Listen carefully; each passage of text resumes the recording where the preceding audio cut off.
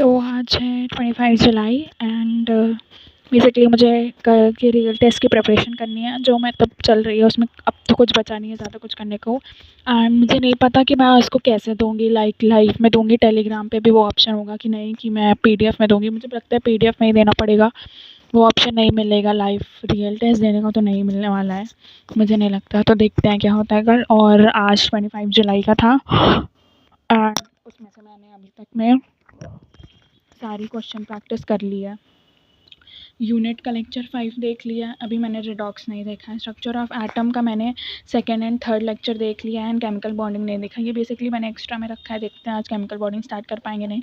Frock का question कर लिया, सेल का क्वेश्चन कर लिया, टिश्यू का कर लिया। आज मैं इतना कम इसलिए कर पाई बिकॉज मैं दोपहर पे बहुत तगड़ी नींद सोई हूँ। मतलब दोपहर वाली जो नींद होती है ना वो ली है आज मैंने 2-3 घंटे, तो मैंने मतलब 3 से 4 घंटे भाई तान के सोया है मैंने। एंड ये रहे मेरे आज क्वेश्चन। अब मैं ऐसा टारगेट लूँगी कि हर दिन मुझे जैसे 100 क्वेश्चन प्रैक्टिस करने हैं। ऐसे तो एक दिन तो मैं भर के क्वेश्चन प्रैक्टिस कर लेती हूँ, फिर अगले दिन मेरा सब रह जाता है। एंड ये सेल के क्वेश्चन मैंने किए थे ऐसे वो वाले फिल इन द ब्लैंक्स वाले कि ऐसे लाइन पूरी मतलब रट जाए। ये मेरे टिश्यू के क्वेश्चन है, इधर भी मेरे सेल के क्वेश्चन हैं, तो मैंने ऐसे ही क्वेश्चन प्रैक्टिस करी थी। और बस यही है। एंड मैं कल के टेस्ट की ज़्यादा तैयारी है। एंड अभी मोल का क्वेश्चन बच्चा है प्रैक्टिस करना, मोल का अभी नहीं हुआ है, वो मैं कल करूँगी। मतलब कल करूँगी कह रहे हैं, अभी रात में करूँगी मोल की। और फिर देखूँगी लेक्चर हो जाए ये दोनों, और स्ट्रक्चर ऑफ एटम का देखूँगी एंड केमिकल बॉन्डिंग स्टार्ट करनी है बिकॉज 2 अगस्त को एलन का टेस्ट जो है उसमें पीरियोडिक और केमिकल बॉन्डिंग आ रहा है, तो मेरे को वो देखना है। और क्योंकि वो क्या बोलते हैं, जो भी एलन का टेस्ट है उसके लिए मेरा फ्रॉग हो गया है, कॉकरोच हो गया है, टिश्यू हो गया है, मॉर्फो हो गया है। एनाटॉमी मैं कर लूँगी 2-3 दिन में आराम से हो जाएगा, रिवीजन नहीं करनी है। तो मेरे को पीरियोडिक और केमिकल बॉन्डिंग स्टार्ट करना है 2 अगस्त के लिए। इसके 2 अगस्त का पूरा हो ही चुका है, सेल भी आता है, टिश्यू भी आता है, फ्रॉग भी आता है। मोल के क्वेश्चन स्टार्ट कर लूँगी तो वो भी आ जाएगा।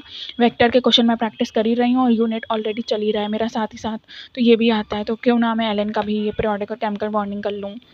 सो बस यही रहेगा यार, 2-3 महीने बस मैं 4-5 तो क्या चल रहा है, जुलाई ख़त्म ही है।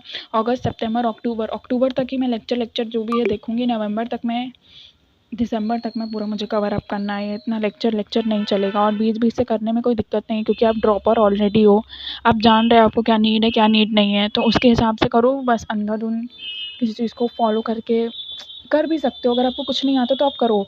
जैसे मेरा फिज़िक्स में बहुत हालत टाइट है, तो मैं ऐसे उसको बीच में नहीं कर सकती।